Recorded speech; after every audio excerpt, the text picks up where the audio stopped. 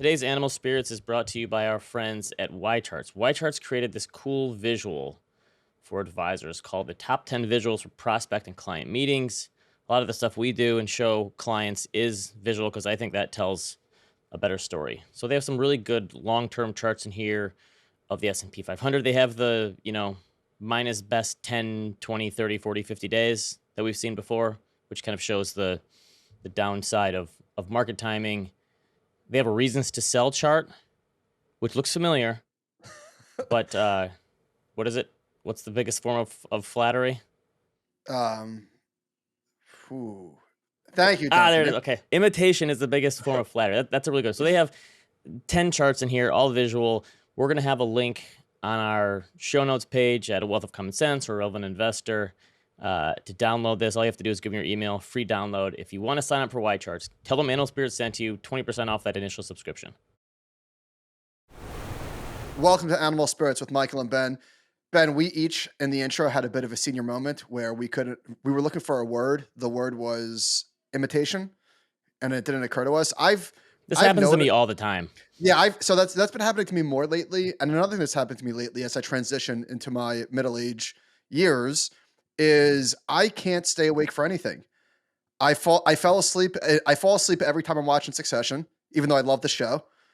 I fell asleep 11 times during the John Wick movie, which I loved. I can't stay up for an hour and watch the show anymore. Wait, so you're falling asleep at the theater? There's more to the story. Okay. See, I'm the opposite. I'm one of those people who doesn't need a lot of sleep. I'm not like a 5 hours a night person, but I'm a night person, so I stay up. It's not hard for me to stay up. And I get 9 hours. I get like 9 hours. Well, maybe that's a lot, but I sometimes get 9 hours. I could easily sleep from 10:30 to 7. And yeah, that's a lot. Yeah, okay. It takes a while.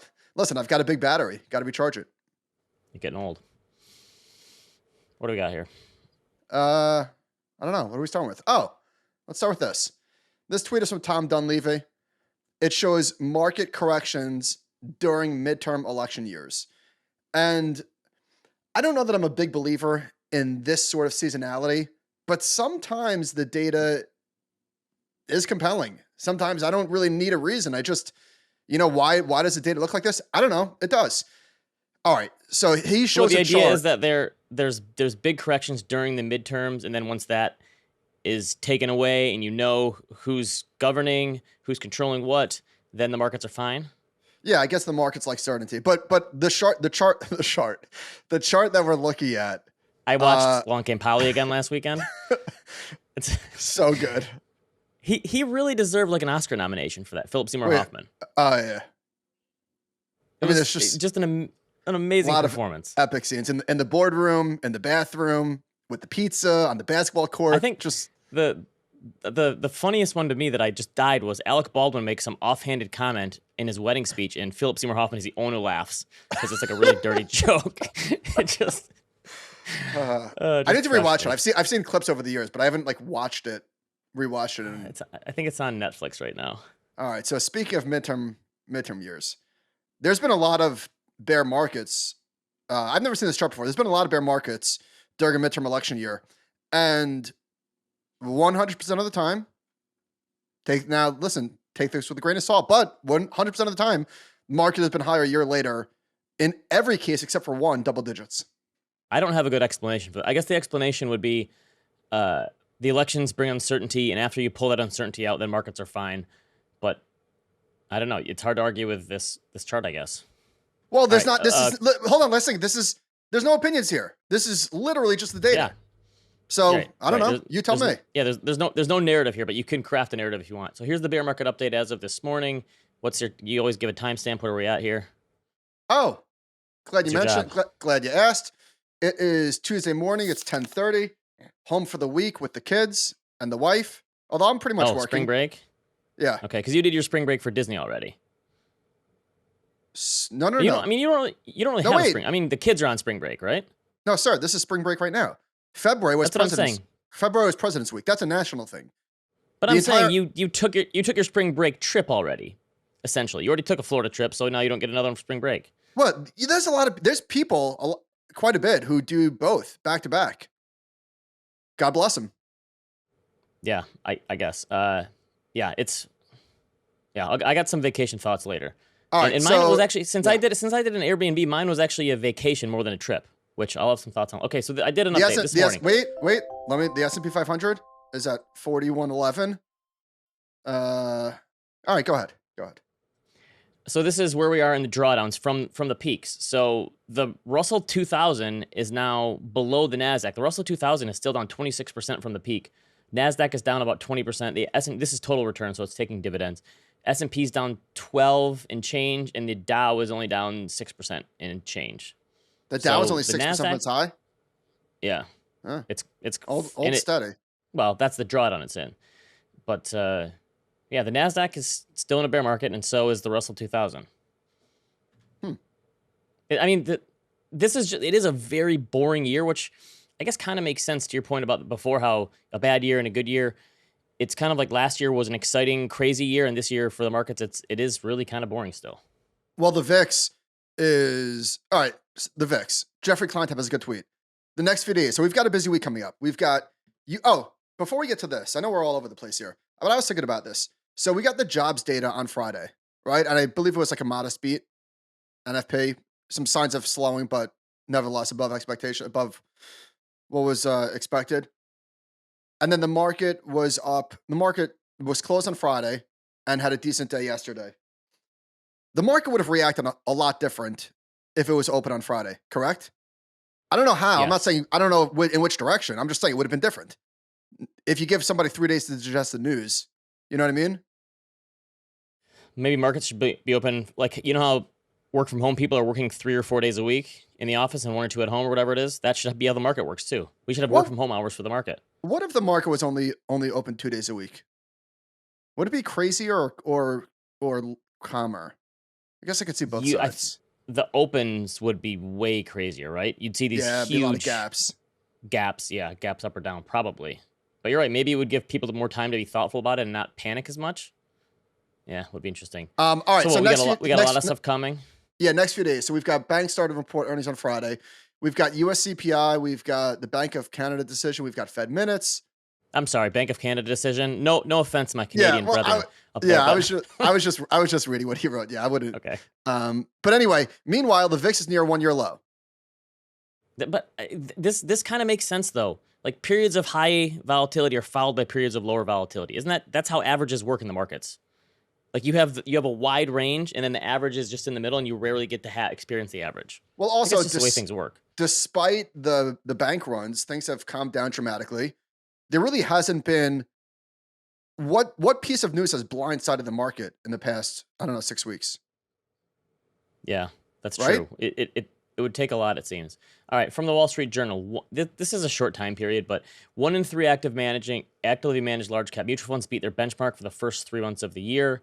Last year it was 57% that beat their benchmarks.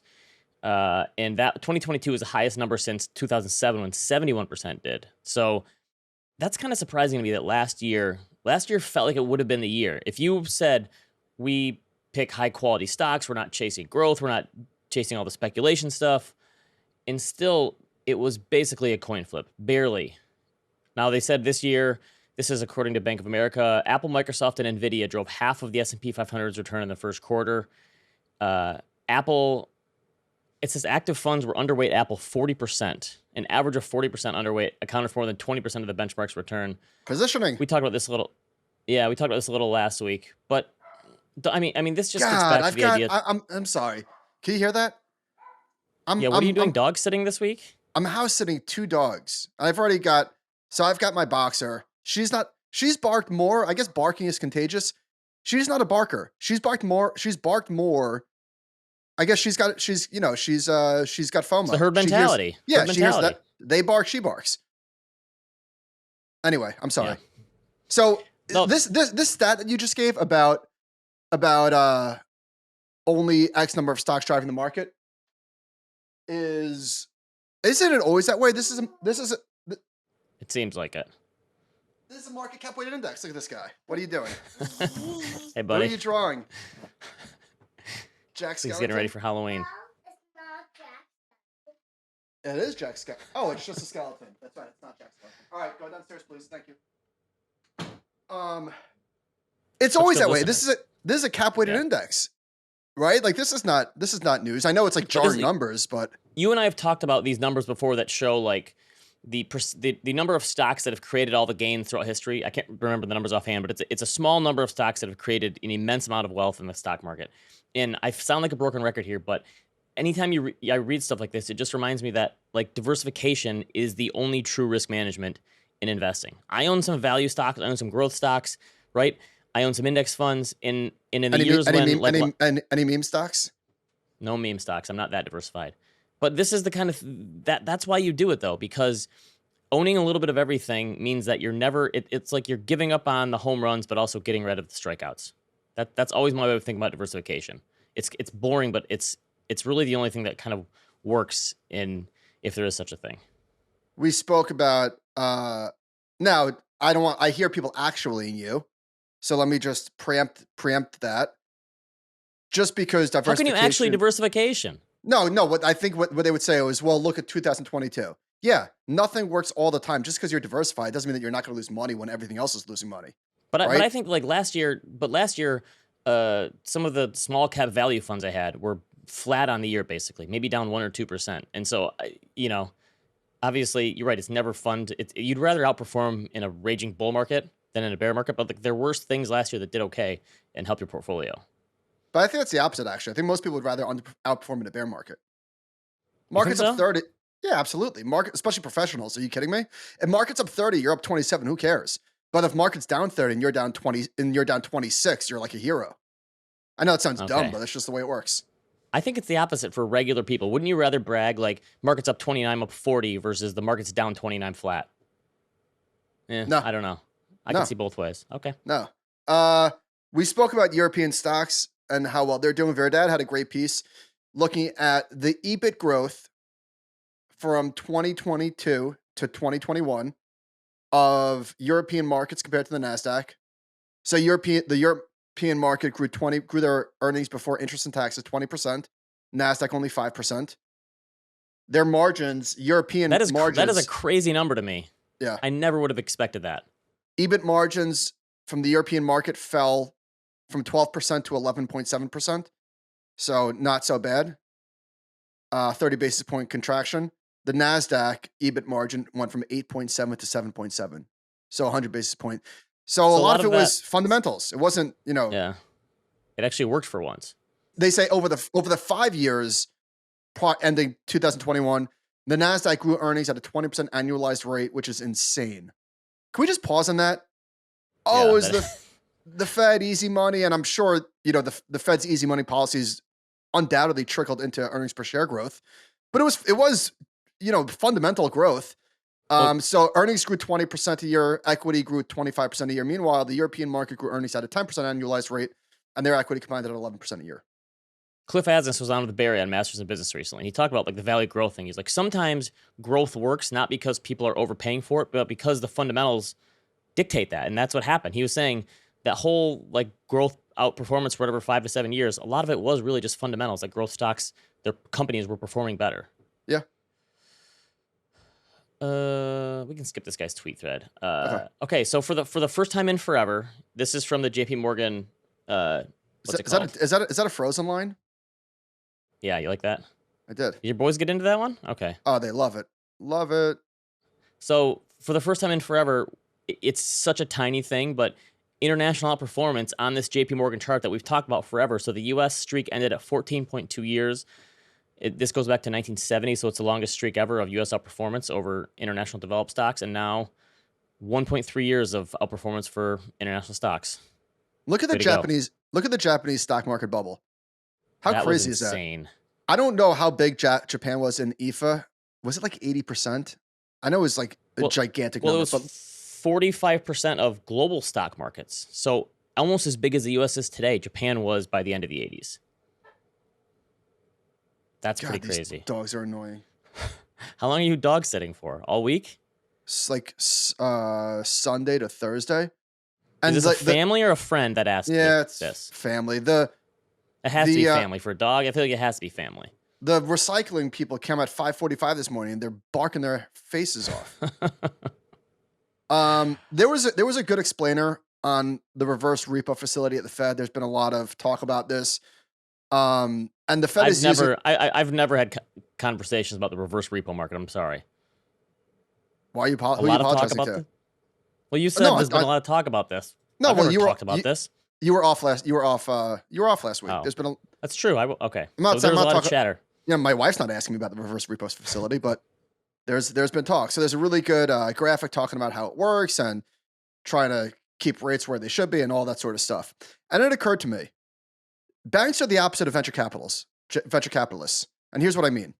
So there's a quote: banks are still losing deposits, but it's mostly small potatoes relative to the roughly $17 trillion in total deposits. Absent any more bad news or unforeseen market events, the banking system is stable. Okay.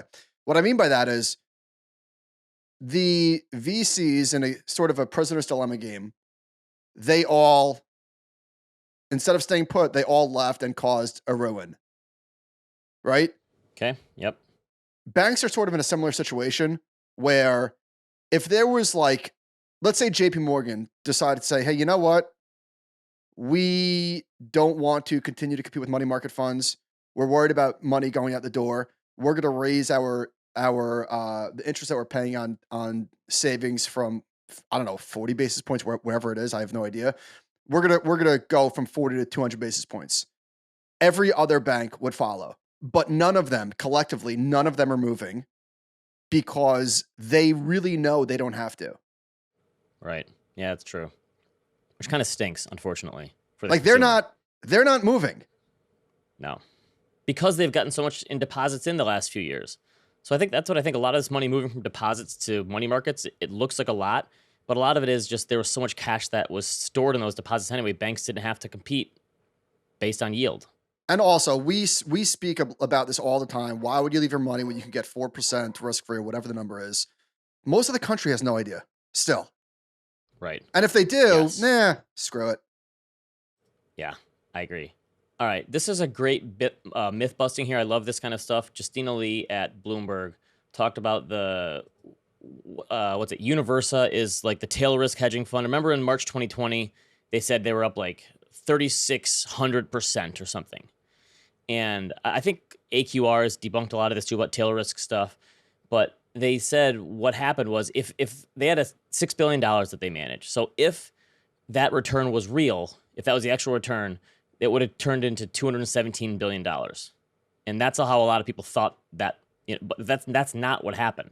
So what they did was they calculated a return on an insurance policy using 1 month of premium. That's how she explains this here. So like you're whenever you have a tail risk strategy, you're paying insurance every single month because that tail event is not going to happen very often. But they calculated that return based on 1 month of premiums instead of adding up all of the premiums that you'd paid in the previous whatever 5, 7, 10 years to calculate that return. They were overstating their returns basically. They weren't really up 3,600%. Yeah, I wonder what the That'd be a footnotes say. mind-boggling return. That's true. I don't know how that gets through compliance, but this is the kind of stuff that these kind of funds market to get people to give them money. And I don't know how many of their clients actually understand how this math works.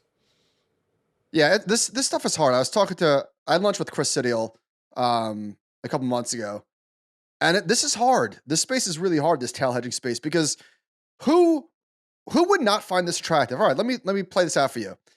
You can pay, I don't know, 4 to 6% a year, right? That's what you would bleed. Would you be willing to lose 4% a year when the market is up, sideways, whatever, in order to make 25, 50%? I don't know what the numbers are, but directionally, just go with that.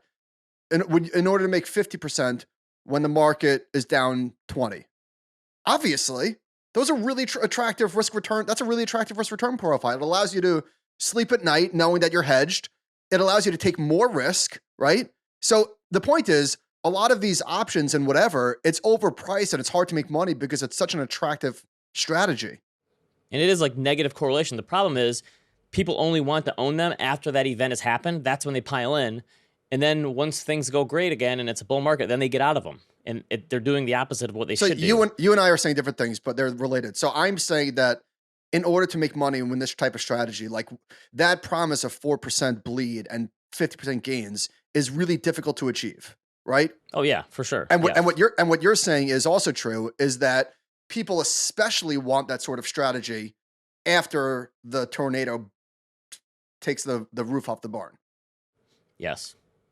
I Okay. would say, I wonder, From- I wonder in aggregate how many billions of dollars has been lost in that sort of strategy. That's a good point. And who's making out on that? The banks again that are facilitating these options trades? All right, from the compound, another survey. Is the U.S. currently in a recession? Nearly 3,000 votes. 55% said yes, 45% said no. I don't think they've been watching our shows enough. We are not in a recession right now. Like unequivocally, this is not a recession.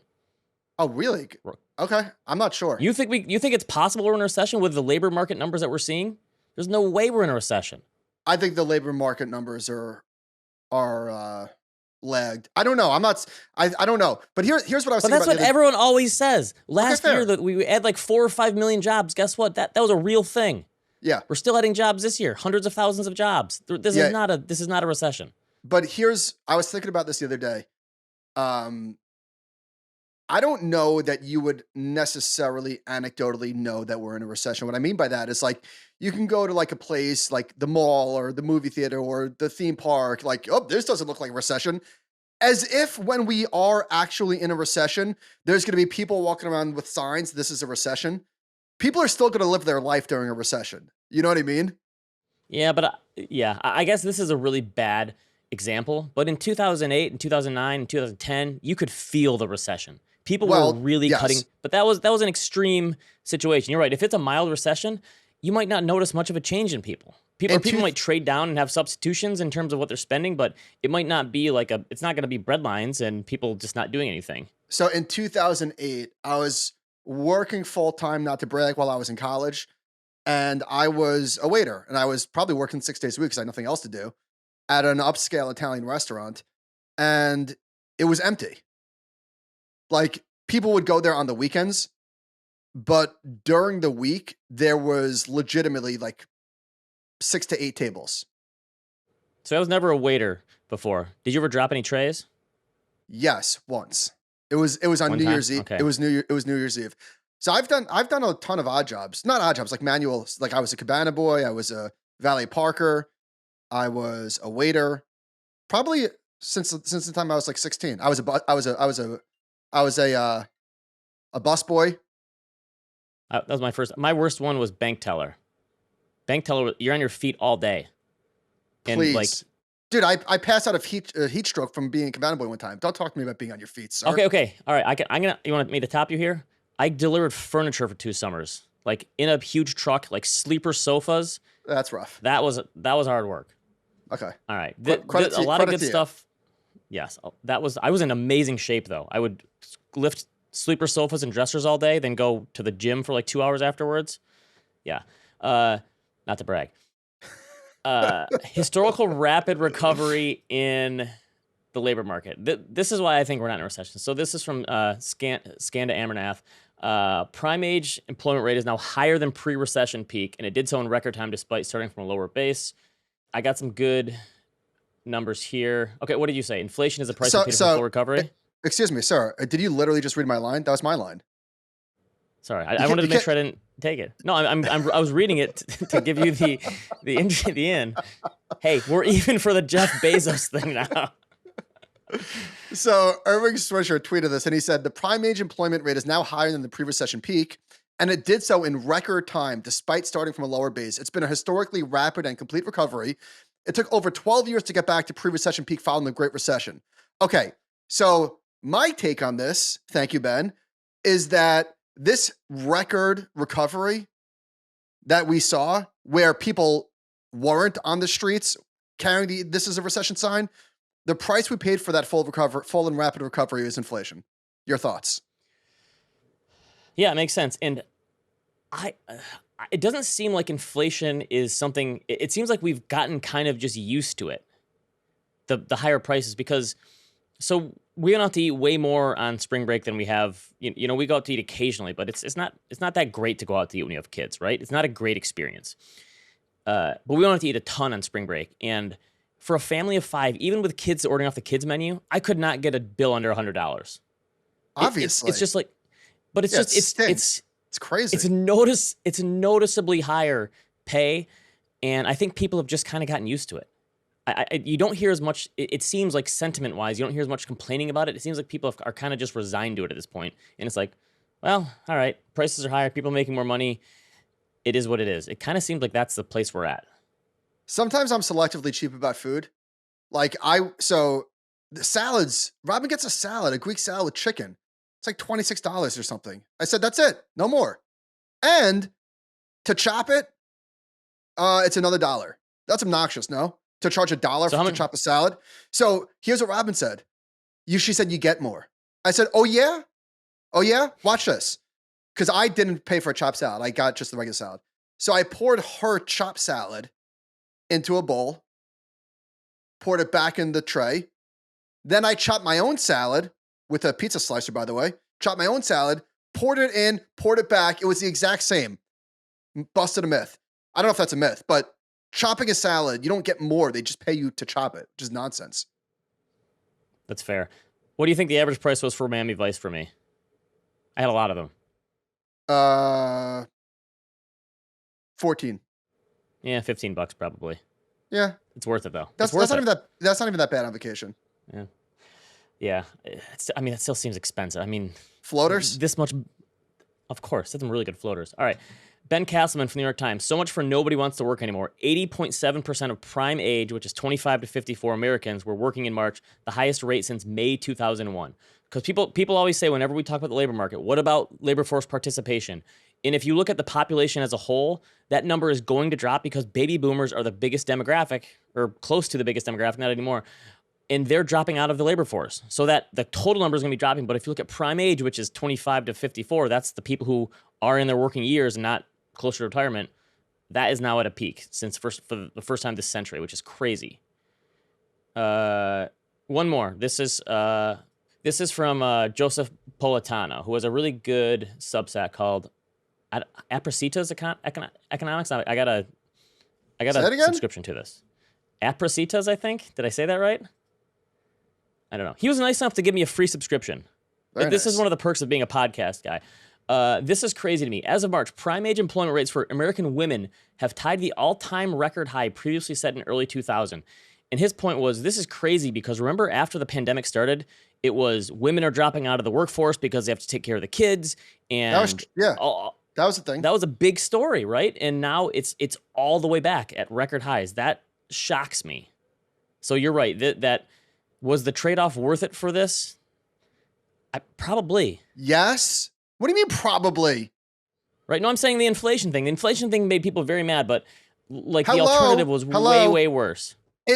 What would you rather, inflation that we're dealing with or a 10-year recovery? And I'm not saying that the Fed did everything right. In fact, I'm definitely saying they didn't. But nevertheless, and again, there's a lot in between, but all right, we're dealing with it. Inflation sucks, but it's better. All right, go ahead. Moving on to the Fed, Nick Bunker said wages continue to slow down. Wage growth is now at 3.2% on a 3-month annual basis. Production workers are running at 4.2%. This is from Tal Smith at New York Times. And we talked about this one before with, what's the guy from JP Morgan? David Kelly. Inflation has outstripped wage growth for 22 consecutive months. Powell himself said recently, I don't think wages are the principal story for why prices are going up. This is the thing I don't get and has confused me the entire time for what the Fed is doing. Why is the Fed so intent on putting people out of jobs if the labor market is not causing the inflation?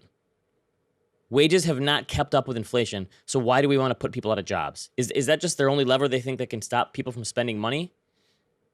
It doesn't make sense to me that this is what they're targeting when they themselves are saying wages aren't the story here. There's not a wage price spiral.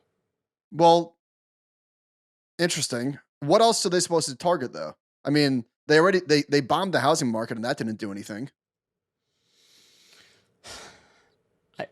Maybe the point is it's the Fed. This should not be the Fed's job to control.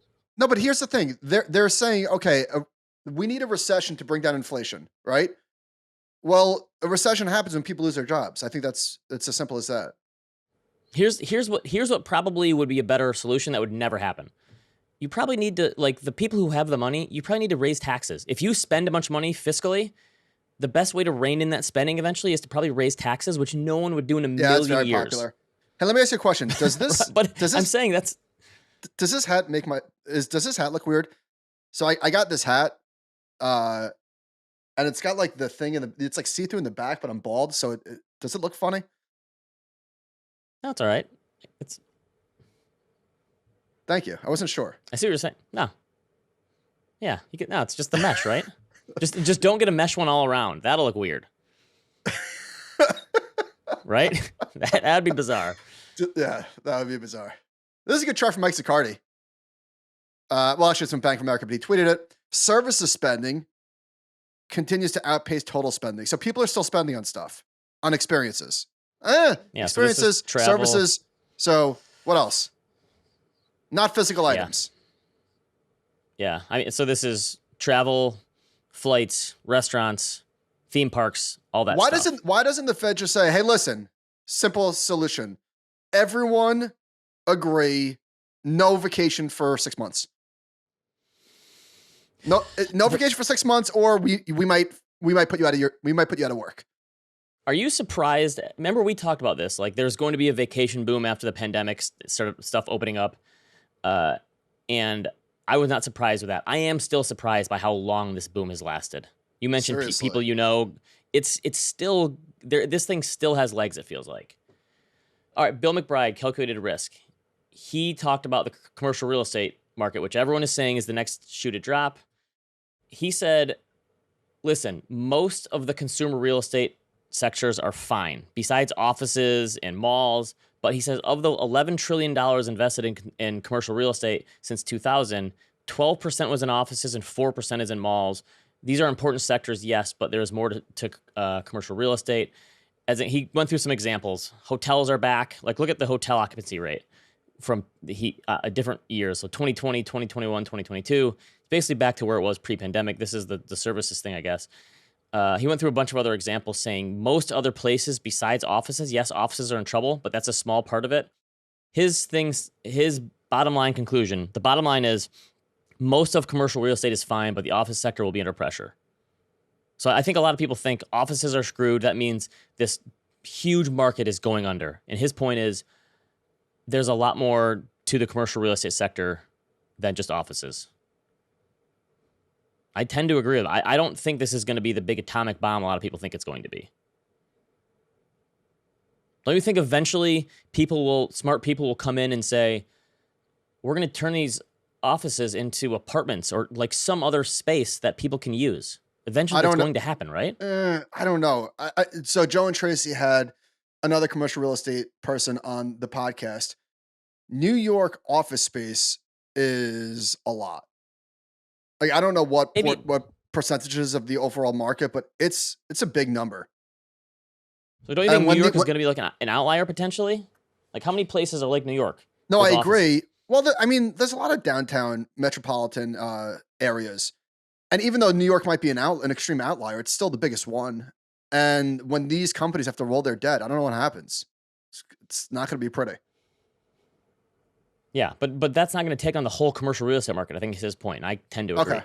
Yeah. Well, yes, people are lumping in. People are lumping it in. I agree. So you mentioned being middle-aged. I think one of the things that you do I don't know if this is a middle-aged thing or a finance brain thing for me. Hang on. Can we define this? Because I'm only slightly kidding. I mean, I definitely feel that I'm getting older, but middle age is, I think 50. I think middle age is a small window. I'd say 47 to 55. The average life expectancy in this country is like 78 years. I'm sorry. Middle age, cut that in half. It's middle age. You're there. I'm 38, so that hits hard. That hits real hard. We're middle aged. I'm sorry to break it to you. We are. Technically, sorry, I ruined your week. Sorry. No, technically you might be right, but I'm rejecting this premise. I don't. Okay. All right. But something you do in middle age, I feel like, is you think about like real estate and housing prices. And so I'm in Marco Island. And actually, how's this for middle aged? You know what my birthday present was this year? Robin got me a pillow. I've been complaining about my pillow. I'm such an idiot. I've been complaining about my pillow for like 6 months. I've got terrible pillows. They were probably like $20 in Bed Bath & Beyond, and she got tired of hearing me complain about my pillow. She got me a pillow. You know what I use that I've been using for years now that is great is the memory foam pillows are amazing. They never go bad. Because I would always, you always use a pillow and like 6 months later it's flat, Yeah. right? And you get a kink in your neck. All right. So when I was in Marco Island, granted, this is a very nice area. It seems like a lot of money there. But I pulled up the housing situation, and look at the Zillow thing here. There's no filters on this whatsoever. This is just houses. I don't think I included condos in here. I put no filters, no price minimum, no price maximum. Look at these numbers. There is not a single number on here for a house below $1 million. And look at how many houses are for sale on the island. These There's are all for hundreds of sale. them. What's going on? Are people trying to get out of there because of the last storm? I don't know if that's it, or I think real estate has been so hot in that area. I think people are trying to cash in. But here's my big conclusion from this. Thinking about it's all old people in Florida for the most part, especially in places like this. The boomers are so freaking rich, right? Because it's boomers that are selling these places for millions, and they've got huge gains that they're sitting on. But it's other really rich boomers coming in, and they're like knocking down these smaller houses and bigging these huge mansions. Boomers are just so loaded. That's my only conclusion I could draw from this, is that they like congregate to places like this, and it's just the concentration of wealth. And boomers are just in such a great financial position in certain instances. Like, that was my initial conclusion. But look at this Wall Street Journal retirement article. First of all, they say that by 2030, more than 1 in 5 Americans will be over 65, which is just something we've never had before. So we've never had a demographic as large as the boomers with as much money and living this long. Like, there's no precedent for this. But look at this median household net worth by age. So 65 to 74 is like 266,000. 75 or more is 250,000. 55 to 64 is 212,000. So the median net worth for older people is not that high. So unfortunately, I think boomers, there's like I think it's just a concentration of wealth thing. There are certain boomers, like the top 10% or whatever. I mean, yeah, 5%. boomers in Marco Island have a ton of money, obviously. You I think you have to live there. I mean, I looked at it again. The Fed has this data, and I know I've seen it before, but it's just kind of mind-blowing. The top 1% has 1/3 of the wealth in this country. The top 10% has 2/3 of all wealth in this country. So the bottom 90% has like 1/3 of all wealth. This is including everything: houses, financial assets, all this stuff. So it's not like all boomers are loaded. It's just like there's such a concentration of wealth in the boomers that and obviously that was a concentration of wealth kind of place. I don't know where I'm going with this. It's just, it kind of, I don't know. It hurts your head to think about that much wealth in one place. And there's all kinds of places like that where like, it's just the wealth congregates, right? Mm-hmm. Kind of like New York City. See, what would $200,000 as an income go? How far would that go in Marco? That's worth $56,000 a year. If you have to buy a $3 million home, right? Although people, I mean, they only have passive income. Right, for the most part, those people aren't working. Those are retired people. True. How much someone's money gotta make the Miami Vices to have a $2 million home in Marco Island? How much money do you need to have? I don't know. I have no idea. I mean, I'm guessing a lot of it is think about it. So I think the home ownership rate I found for boomers is like 80%. So let's say most of those people have their houses paid off at this point. A lot of them are probably using some equity. Obviously, it's a lot of rich people who, I don't know, sold businesses or just have a bunch of money and are really wealthy. That's a good question. Like, what does your net worth have to be to have a $3 million home and you feel comfortable owning it? Because I mean, think about the property taxes on that alone. Right, Even if you're paying for it in cash, the property taxes. I would just throw out a number like at least 10 million. 10 million to own a $3 million home. That'd be a good. I don't know. Financial, like, come up with a good ratio, like 3 to 1 maybe. What your net worth is versus housing price. Well, there's also another wrinkle. Like, for that to be your primary home is one number. For that to be like a second home is like a much higher number. Yes. Right? To just have like a vacation home in Marco, where that's not your primary residence, that's 2 million. I don't know. What do you need for that? 20 million? Because that'd be a great survey. What is your net worth to housing price? I would love to see that. All right. One more thing. This is also from the Wall Street Journal article. So they talk about how much Americans get in Social Security benefits. The average benefit is $1,825 a month. Was the Great Depression a good thing? How's that for a take? Because without the Great Depression, we don't get the SEC, we don't get Social Security, we don't get a lot of the stuff that happened back then.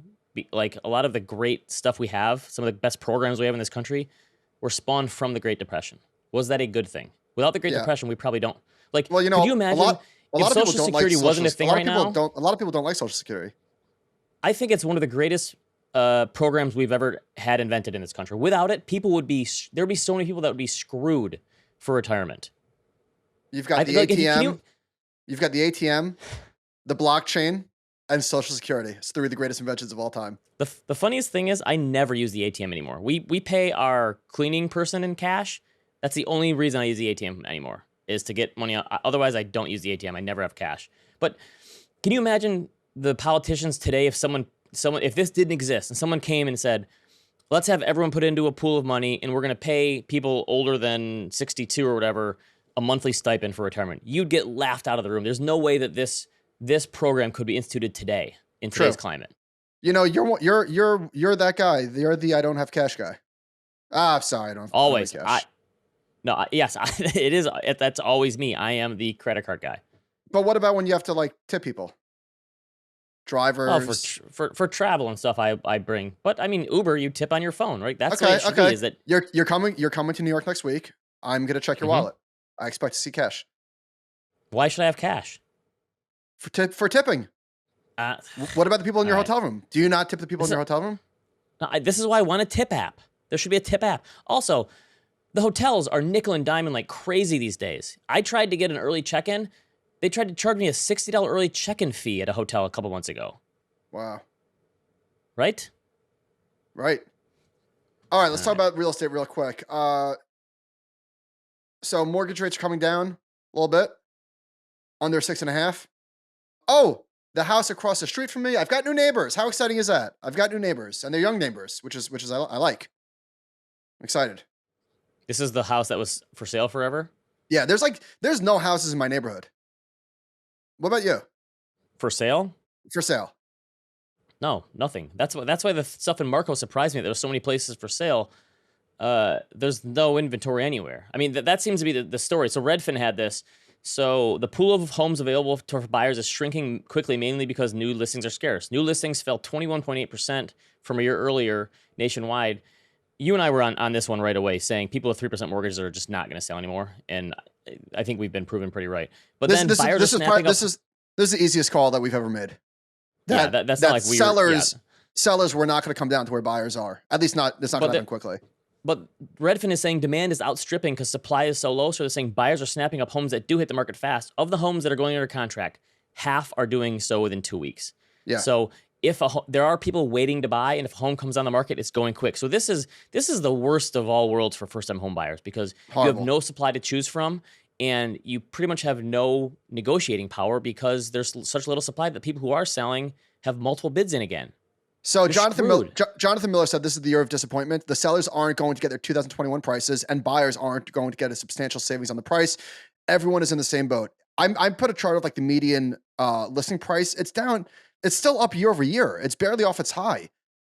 There's a house a block away from me, new construction, very nice house, and it's been on the market for 213 days because they're asking for $1.2 million, and the mortgage is ludicrous on that. The people who wanted to see houses pricing crash 30% or whatever are not going to see that this time around. I'm sorry. It would take some sort of calamity in the banking system for that to happen. Look at this chart I made of new listings. Not going to happen.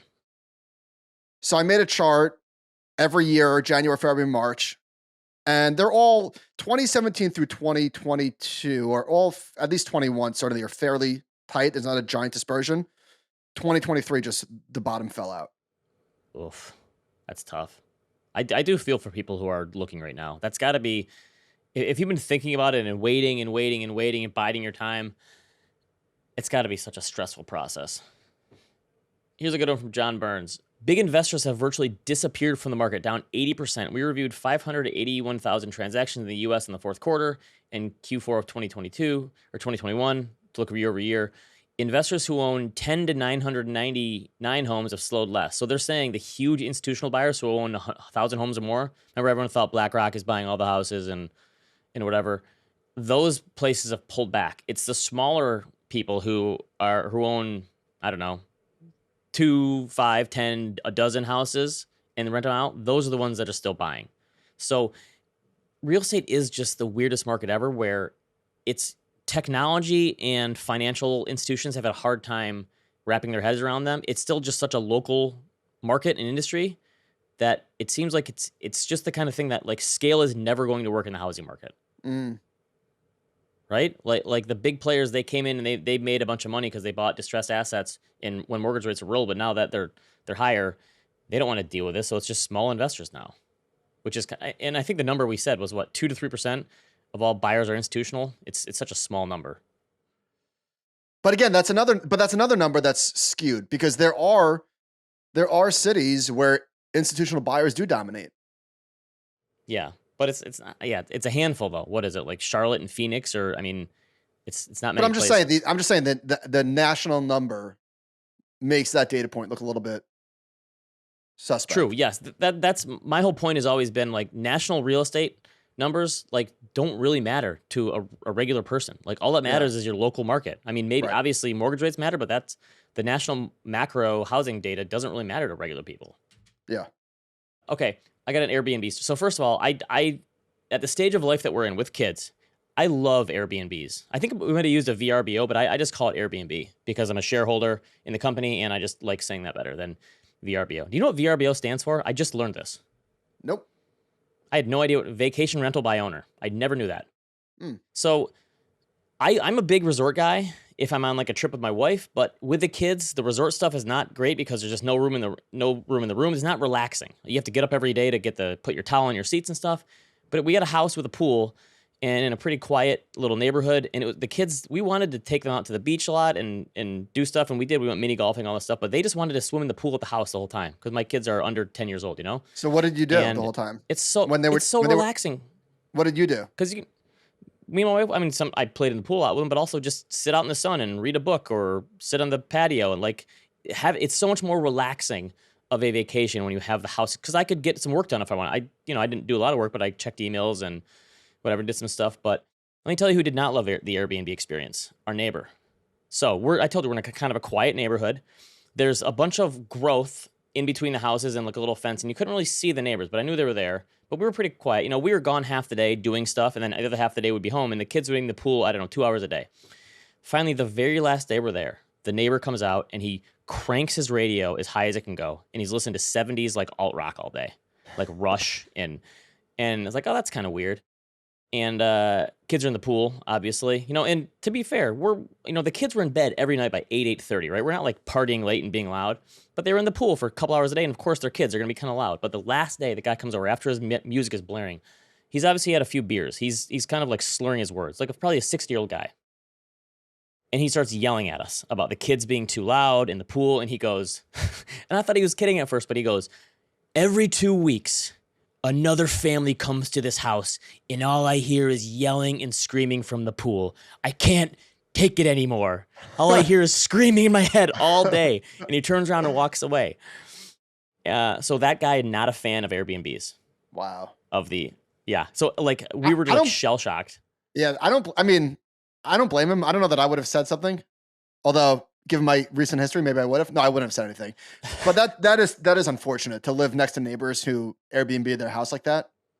I agree. It would be a tough situation. I also think that like if you live in Florida in a nice, desirable place, like that's probably going to happen occasionally. But you know what he should do? Feel for him. He should sell it to an iBuyer. They would not channel check. Yeah, he was not a fan. All right, what's the car stuff here? All right, some car stuff. This is nuts from Nate Garassi. Wild stat, 17% of people financing a new vehicle purchase are paying over $1,000 a month. In the first quarter of 2021, that was only 6%. The average car payment is $730 a month. That's nuts, Oof. No? Yes, that is nuts. All right, so let me tell tell you for not being one of those people. So I've resigned the fact that it is what it is. My wife's car is too underwater. We're just going to keep it. That's fine. It's a great car, not a problem. And I was looking forward to getting a Tahoe, but it's too much money. There's no way I'm just paying $8,000 more a year, like literally for no reason, right? Like she has a big trunk, so I'm not doing it. So now that my car lease is coming due soon, I'm getting calls from dealerships, talking to my broker, and I had like it hit me. I don't know why it took me so long to think about this. Like, oh, wait a minute. I'm going to get a Wrangler. all of a sudden I got so excited because I wanted a Wrangler in 2020, but the prices were too high, so I just got a Cherokee.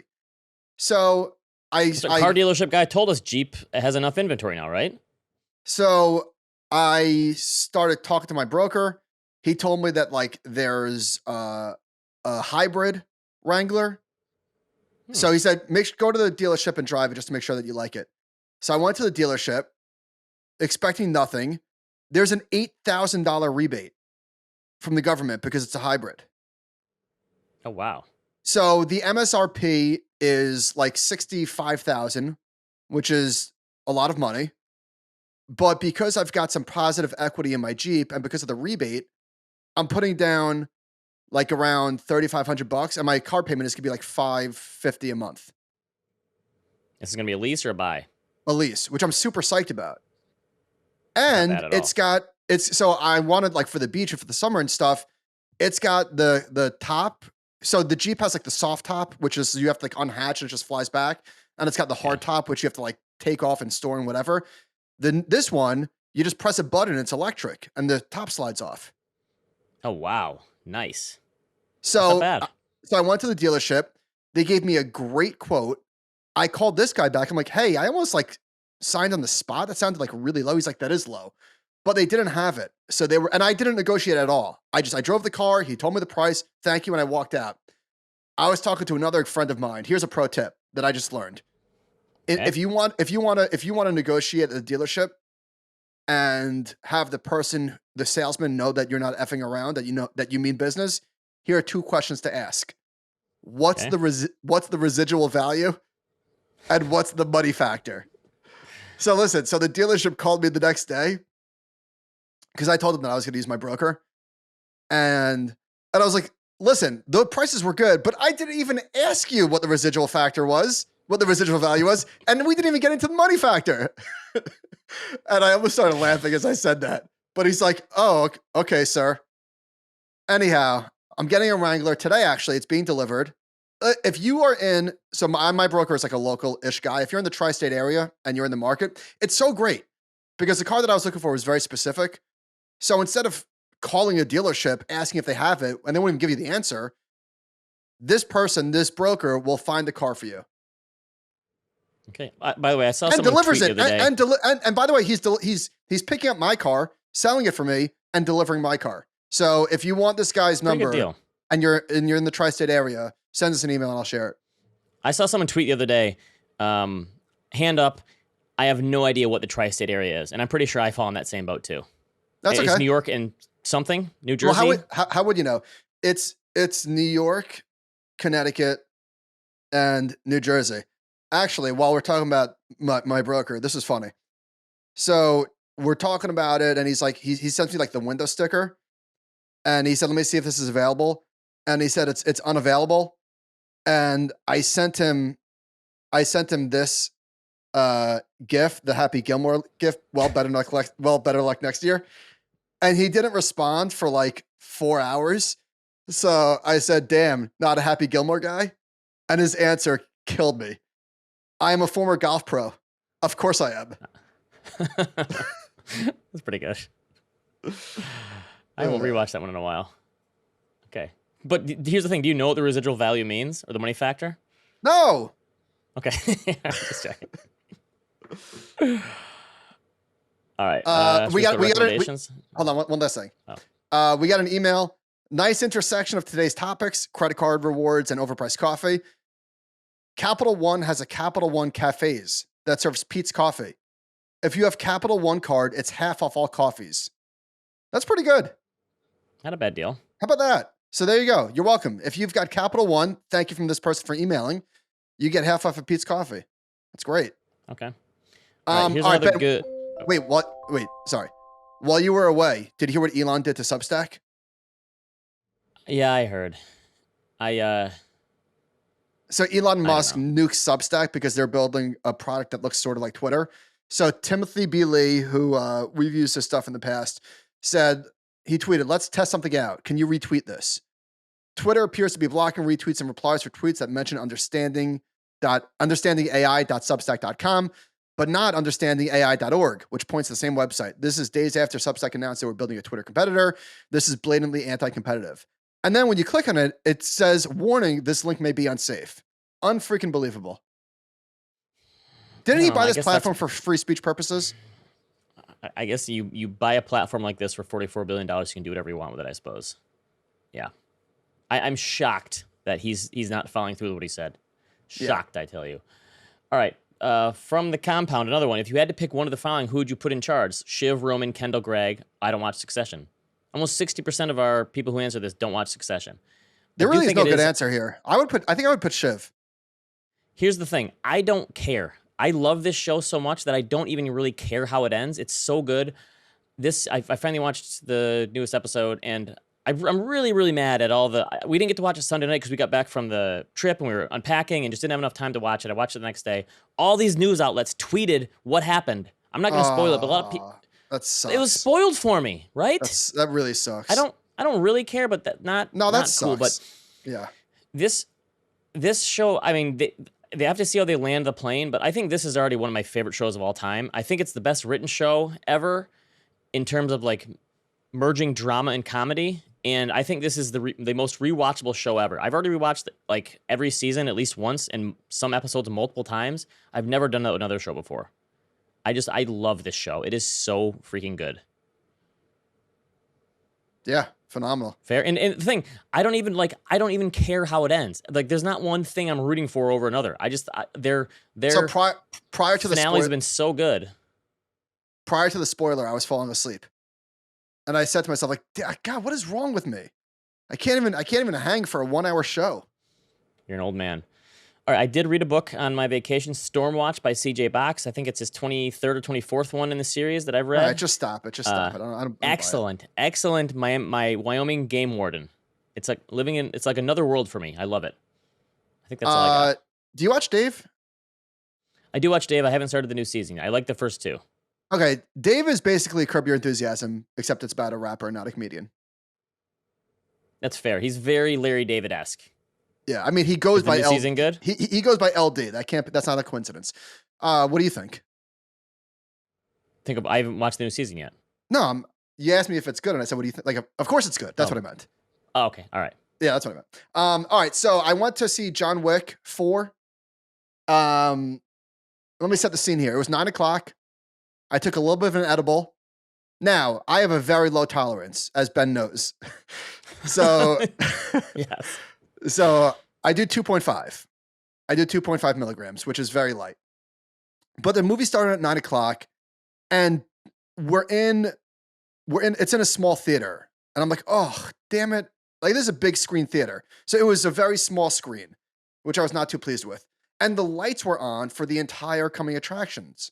And I was like, this is weird. Is somebody going to say anything? And eventually they went down and people started clapping. But then underneath the screen, there's a door frame, and a light kept going on and off every 10 minutes. And when the light went on, you could sort of see through the screen.